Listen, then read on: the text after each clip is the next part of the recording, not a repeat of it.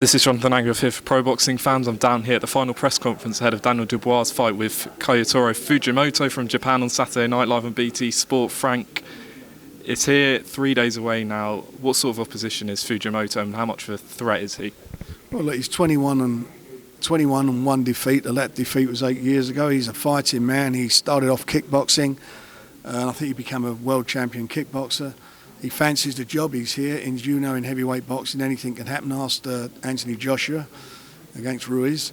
Daniel's got to be top of his game. If he is the fighter that I think he is, then he should win it. But he's got to be absolutely at the top of his game and set himself up for a really big year next year.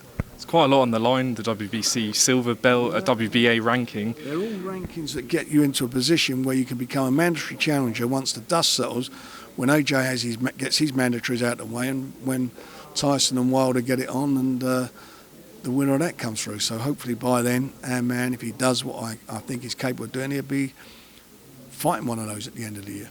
I mean, you mentioned Anthony Joshua in the press conference that you'd put Daniel in with him tomorrow. Is that the sort of level you believe he's at, solid world level? There's fights that I'd fancy, and it's a fight I'd fancy. Listen, I may be wrong. It's not going to happen for obvious reasons because he's got the mandatory fights. But if they wanted that fight, I would do that in a heartbeat. A fight that's really hotting up nicely is Liam Williams against Allantas. Fox, an eliminator for the WBO title. Just break this down for me, a really close 50-50 fight. Well, it is. I mean, you've got two guys, physically are totally different. You've got a 6'4", or as he said at the press conference, 6'5", southpaw. And you've got Liam, who's come up a weight now and he's settled down very nicely in the middleweight division. It suits him.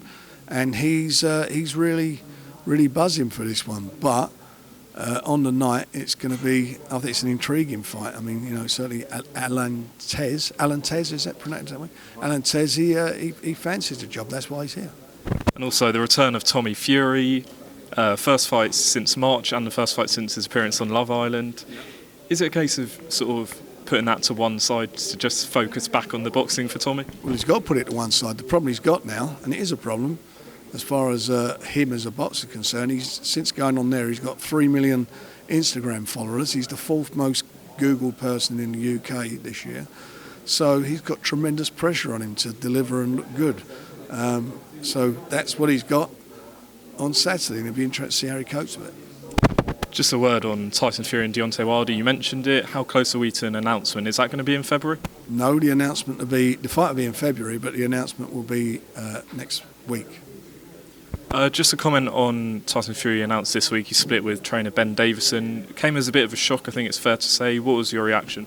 Well, I was a bit shocked as well, but it is what it is. They've parted amicably. They both said nice things about each other, and Tyson's obviously got his mind focused on the fight, on the Wilder fight, and he's brought in a guy that he feels will help him prepare for that fight. That's what it is. One man that might be helping him in camp, Anthony Joshua. I mean, that could be the perfect style for Wilder, perhaps, with the power, the height. Is that something you'd like to see happen? Well, I think it's a load of nonsense for him to even be saying what he's saying about, sparring with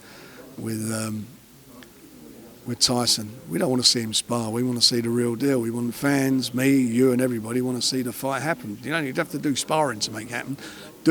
Make it for the real fight. That's what we want to see, the real fight, and they'll make a truckload of money and the fans will love it. Just a couple more. I just want to talk about the undercard. Quite a big undercard. We've got likes of Archie Sharp, Denzel Bentley, James Branch, and one I want to touch on is David Adelaide making his heavyweight debut. Yeah, just talk me through the undercard. Well, we've got a great undercard. As you mentioned, all those names, they're all good fights. We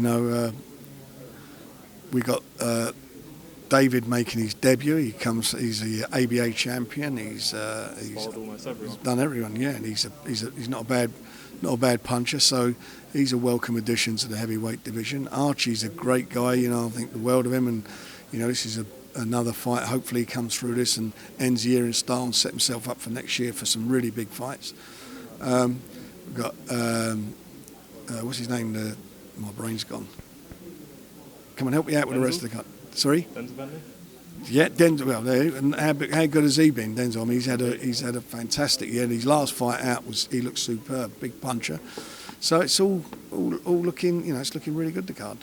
Just two more slightly away from Saturday night. I've got to do all these. Okay, one more. Come on. Josh Warrington and Stevenson, where are we in negotiations, talks with that?